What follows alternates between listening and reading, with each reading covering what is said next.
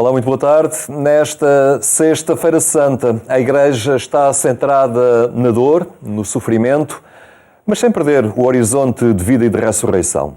Conjugamos essa certeza com a situação daqueles que se encontram detidos, porém com o propósito de recomeçar uma vida nova. Está connosco o Padre José Luís Costa, que é o Coordenador Nacional da Pastoral Penitenciária. Muito boa tarde. Obrigado por vir até nós neste dia tão, digamos, não direi duro, mas muito significativo e muito austero, digamos assim, no calendário da liturgia. Porém, a dor e o sofrimento que o marcam, que convidam a esta reflexão, não é definitivo. É um momento que não termina, não é? E que nos remete para uma outra realidade. É isso um bocadinho também que se passa com quem se encontra detido. Tem o espírito e a mente também na esperança de que aquela sua condição seja passageira, não é? Muito obrigado por este tempo que me dão e pelo tempo que representa colocar neste grande fórum que é a RTP esta questão que tende a ser muitas vezes esquecida, ignorada ou até temida por grande parte da nossa população.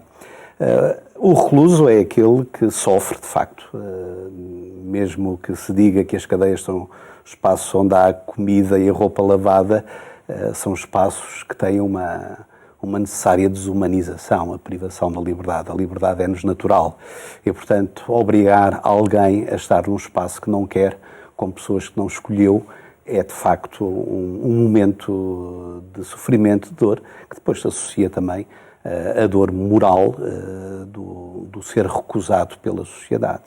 E obviamente também da situação de abandono, não pode estar com os que quer, quando quer ou quando necessita deles. Sexta-feira Santa recorda-nos um episódio que na narrativa da Paixão, apesar de em São João ela não ser muito explícita, mas é São Mateus que lemos no anterior Domingo de Ramos, foi muito explícita, que é a situação de Judas e de Pedro. E eu costumo muitas vezes pensar, quando entramos num estabelecimento prisional, temos ali potencialmente muitos Pedros ou muitos Judas. E um dos desafios fundamentais da pastoral penitenciária é permitir que naqueles homens possa acontecer a experiência de Pedro e evitar a experiência de Judas. A experiência do arrependimento, que não se pode não deixar de fazer sob a índole do sofrimento. Nós não podemos olhar o recluso como aquele que não sofre e que está a ser apenas castigado. Nós temos por vezes esta bipolaridade tramada, parece-me a mim que muitas vezes deturpa a percepção do recluso. Que é o recluso? O recluso é um homem ou uma mulher. Por um lado foi apanhado por contingências históricas negativas, por outro lado não foi capaz ou não conseguiu dar a resposta que dele se esperaria. Mais ou menos como aconteceu com o Judas e com o Pedro.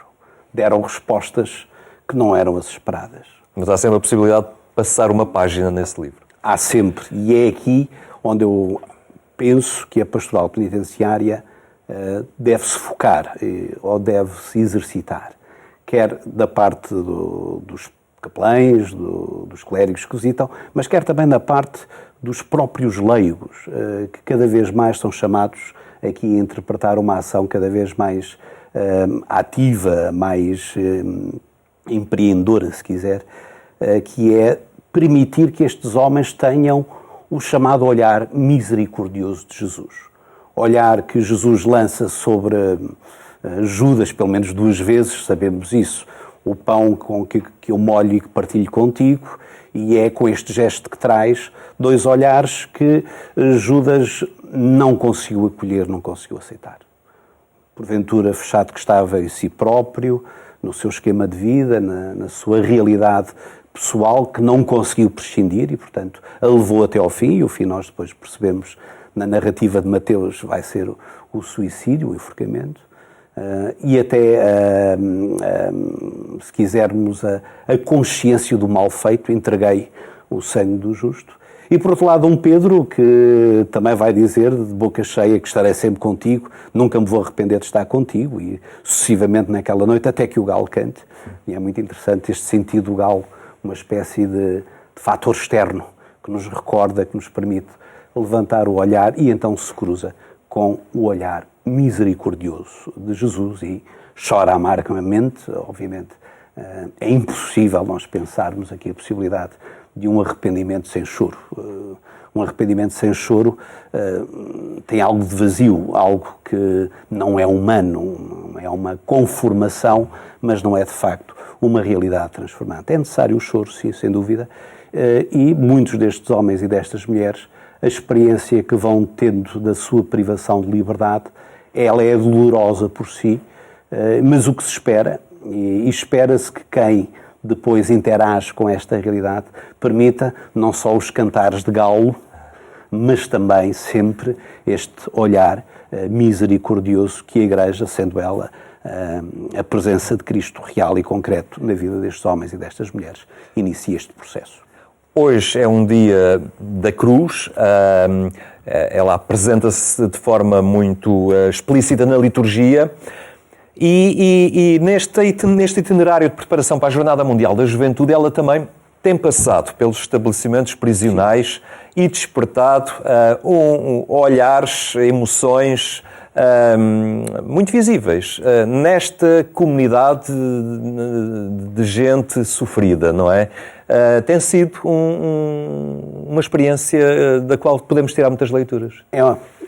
Fundamentalmente é de facto uma prova de que não esquecemos estes homens que estão por trás de um muro e por trás de uma linha de redes de arame farpado.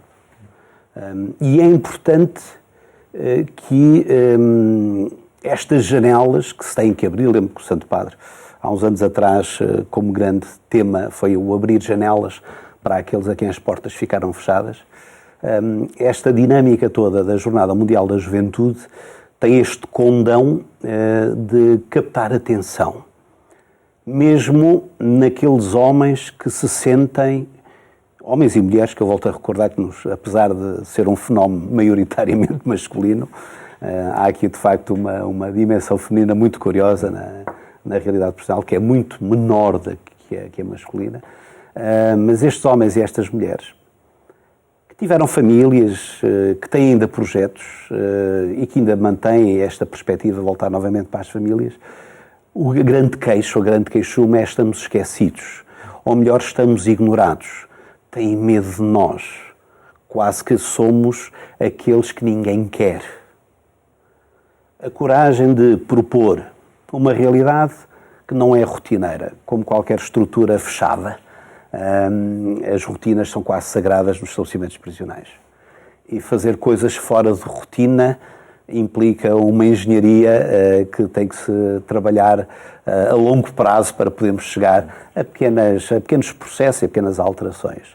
Poder levar o ícone da Jornada Mundial da Juventude, poder levar a cruz da Jornada Mundial da Juventude, nem que seja às vezes ao portão, que às vezes não se consegue ter a tal engenharia montada para que a cruz possa entrar contente de todos. Mas mesmo que chegue ao portão e que seja visível, lembro-me, é um passant, se quiser, quando neste período em que não pudemos fazer quase nada e tivemos que ficar fechados em casa, no hospital prisional mantivemos a tradição da Via Sacra. Simplesmente não podia, obviamente, ir para os pavilhões clínicos fazer a Via Sacra, e o que fizemos na rua, com alguns dos visitadores do hospital prisional, fizemos a Via Sacra à frente do hospital prisional, valendo-nos, obviamente, os sistemas de ampliação de som, e fazendo chegar, curiosamente, calhou ter sido a própria Via Sacra que foi feita em Itália, salvo erro, em 2018 ou 2019, por reclusos, por agentes da pastoral penitenciária, por educadores, por guardas prisionais, enfim, por aquilo que nós chamamos universo do mundo prisional, e que marcou alguns daqueles homens. Fundamentalmente este não estou esquecido, e tenho aqui um sinal.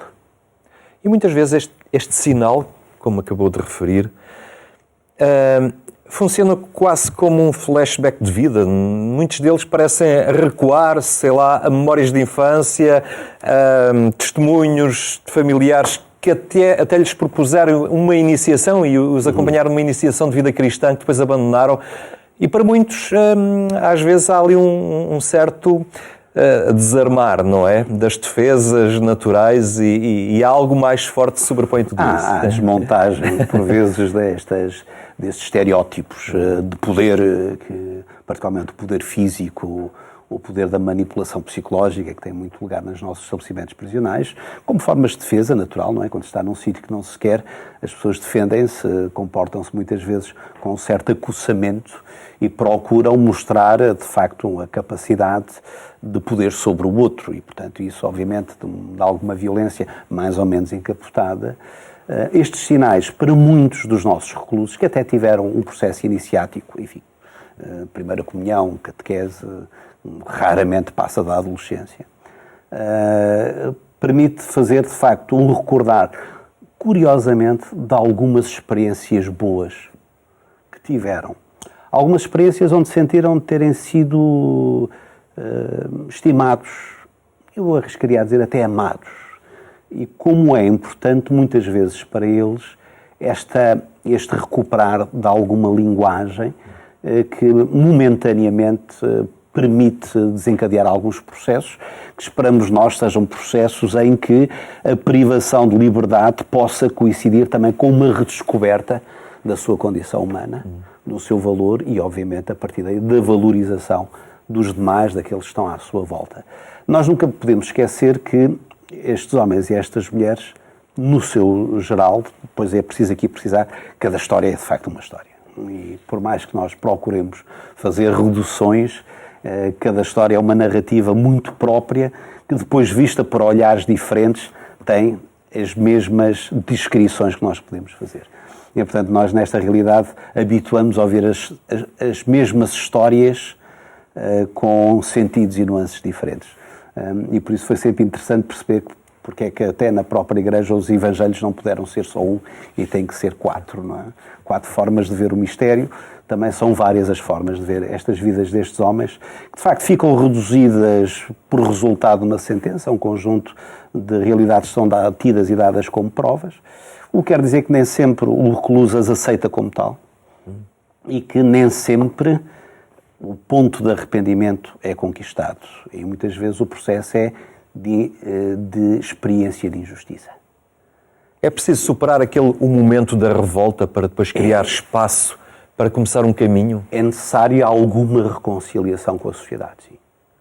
Sem isso, será difícil abandonar a experiência, eu diria, não é correta a expressão, mas de uma certa autovitimização diante da realidade. E por isso temos sempre o drama de Judas, não é? Que percorrerá um tempo em que não conseguirá humanizar-se, mas vai degradando todo esse processo de humanização. E nós temos esses dados, depois, se me permitir, de uma forma muito explícita, quanto às baixas taxas de reinserção na vida comunitária. Mas isso acontece porque também cá fora o mundo não está preparado ou não é trabalhado para depois inserir e ajudar a inserção destas pessoas? A linguagem existe, mas entre a linguagem constatada e partilhada por todos e depois a capacidade, enfim, como o Papa Francisco, estava-me a acordar agora de João Paulo II por causa do início das visitas aos estabelecimentos prisionais, mas o Papa Francisco dizia uma coisa, enfim, uma coisa mais ligeira, que dizia estas coisas: quando não nos entram no bolso, e é uma forma prática de dizer, quando não nos perturbam, não nos alteram, não nos põem a bem administrar e a bem gerir, não contam. Há, de facto, um conjunto de imensas boas intenções nestas áreas, mas depois há, de facto, a incapacidade deste compromisso de avançar, do comprometer, do financiar, do pagar, do ensaiar, do reconstruir. Eu vejo, por exemplo, a dificuldade que é um ex-recluso que tente procurar emprego e se lhe é perguntado: o que é que fizeste estes 5, 6 anos? Bom, estive na cadeia. Provavelmente, ou temos ali um gestor de recursos humanos corajoso, ou bem alicerçado numa política empresarial bem construída, ou então vai dizer: olha, desculpa, mas não podemos contar contigo porque não nos ofereces garantias de compromisso ou de fidelidade, porque essa tua experiência assinala para nós uma fragilidade tua e eu não quero ter agentes com alguma fragilidade. E isto faz notar que quando passamos para o domínio prático, há muito aqui ainda a trabalhar, a ensaiar e a experimentar. Porque não dar esta possibilidade a este recluso? Porque não arriscar um pouco mais com ele? Sabendo que muitas vezes corremos efetivamente riscos, não é? Ou seja, alguém vai ter que pagar, provavelmente alguém pode ficar magoado, alguém vai ficar mais frustrado, sim, sem dúvida. Mas, no entanto, se não o fizermos, esta situação também não é uma situação de futuro. Não é? E eu penso que aqui podemos ser um pouco mais ousados, sim. Alguns destes homens agora vão ajudar a construir lugares de reconciliação.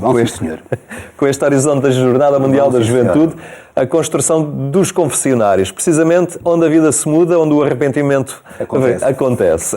Sim, senhor. Um projeto que já tem sido relativamente comum em alguns encontros mundiais da juventude, convidar a população penitenciária a fazer o tal passar para o concreto, não é? O tal pôr a mão na carteira e fazerem carpintaria. São confessionários ligeiros, portanto pré-montados, que vão ficar num dos espaços nobres da cidade de Lisboa, talvez um dos mais nobres da cidade de Lisboa, onde acolherão todos os jovens e os que não forem jovens também não estão convidados a participar, onde experimentarão o sacramento da reconciliação. A iniciativa do COL foi uma iniciativa que foi benquista pela Direção-Geral de Reinserção e dos Serviços Prisionais. Obviamente vamos pagar aquilo que é de justiça e direito aos reclusos que os vão fazer. Estão a ser feitos em 3 dos estabelecimentos prisionais, onde há carpintarias em funcionamento. Passos de Ferreira, Coimbra, Porto, não é? E Porto, nessas 3, que são aquelas que ainda têm uma carpintaria capaz, devidamente equipada, só à volta de 150. E é um desafio para todos nós, não só perceber que estes homens têm que ser contados, ou seja, são capazes de transformar a realidade. E nós vamos sentar, vamos falar, vamos dizer os nossos pecados, espero que nem todos crimes, mas os nossos pecados ao sacerdote, envolvidos num trabalho que o trabalho por si obviamente não recupera ninguém.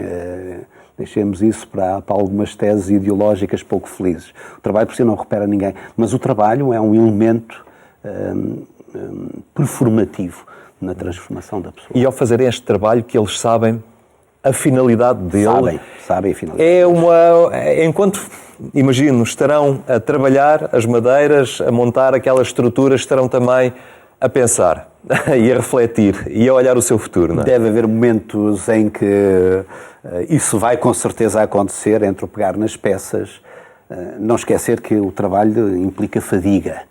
E muitas vezes as situações de fadiga não são propriamente os melhores momentos para as meditarmos. Mas muitas vezes faz acontecer porque é que eu estou a fazer isto. E que significação isto pode ter na vida de outro que não eu. Vai haver um tipo que vai dizer os crimes ou os pecados que cometeu a um sujeito que não é juiz. Que sentido isto faz? E isto é uma das realidades curiosas, porque em mundo prisional nem sempre o foro do tribunal é um foro onde a verdade é a primeira a ser assumida, bem pelo contrário. Muitas vezes é um jogo do mostra-esconde, onde se procura de facto a melhor resposta, quer da sociedade para o recluso, quer do próprio recluso para o seu próprio bem. Este pensar numa outra lógica, num outro jogo, sair deste jogo que é o jogo do sistema penitenciário, o jogo da justiça e do direito, e entrar noutra ordem, que é uma ordem que é importantíssima, porque é a ordem do dom e da graça. Penso que é uma forma muito prática de alguns destes homens não só o experimentarem por si mesmos, verem a recompensa do seu trabalho, do dinheiro que lhes é dado, mas também isto ser partilhado dentro do contexto, porque, tal como entre os jovens, o melhor evangelizador dentro de um estabelecimento prisional, obviamente, que é o outro recluso. Como é que, estamos perto do final, mas como padre assumiu e concretiza esta missão de de ser testemunha de Cristo e dentro, nesta área difícil em que poucos ousam entrar e ir e muitos nem sequer nela pensam, e é a sua paróquia, é a sua seara, é a sua área de trabalho. É uma das minhas paróquias. Infelizmente há um problema óbvio neste momento, que é os recursos e as tradições que temos ligadas à pastoral penitenciária ainda são muito marcadas por um clericalismo, no sentido de serem apenas os padres a lá estar e também de ser só reconhecido o papel do padre dentro do estabelecimento prisional. É uma altura que, de facto, não só a mudança da legislação, mas também a própria escassez do clero para a orientação pastoral clássica da quadrícula está em falência e, portanto, arriscamos e cada vez mais a entrosar não só a figura do assistente espiritual religioso clérigo, associando cada vez mais, também não deixam de ser clérigos, os diáconos permanentes, mas e cada vez mais os leigos. E olhar os leigos como, de facto, uma resposta necessária para a presença desta animação espiritual e religiosa dos nossos reclusos que, tal como nas paróquias, vão precisar de espaços de iniciação. Vão precisar do seu espaço celebrativo, dominical pelo menos, que habitualmente não acontece aos domingos. Eu celebro habitualmente às segundas-feiras e às sextas-feiras, portanto quase em ordem não canónica, mas necessária, porque de facto não consigo conciliar essa realidade com as minhas outras duas paróquias. E grande parte dos capelães, grande parte dos animadores espirituais e religiosos, têm também este mesmo problema. E, portanto, a necessidade da presença, neste momento, ela tem que urgir para além daquilo que é, neste momento, o nosso quadro clerical. Vamos aguardar que as coisas também façam Permitam-me só mais duas referências que eu acho que são importantes. Segundos. Segundos. O projeto Janela Aberta, em que o Caminho 23 está a escrever aos reclusos que quiserem receber estas cartas, para também eles fazerem a preparação para o Encontro Santo Padre, e depois o gesto missionário, que acontecerá uma semana antes, aqui na Diocese de Lisboa, Setúbal e Santarém, onde os voluntários vão interagir nos estabelecimentos prisionais que estão nesta área. E acompanharemos certamente a cada um desses passos, aqui também no programa Eclésia e na agência Eclésia, certamente. Muito obrigado pela sua presença hoje aqui entre nós, nesta Sexta-feira Santa, em que falámos entre Pedro e Judas, mas com um horizonte de reconstrução de vida muito, muito significativo. Muito obrigado. Eu termino a lembrar que amanhã, poucos minutos após as 6 da manhã, pode acompanhar na Antena 1 a edição rádio do programa Eclésia. Tenha uma muito boa tarde, tenha também uma Santa Páscoa.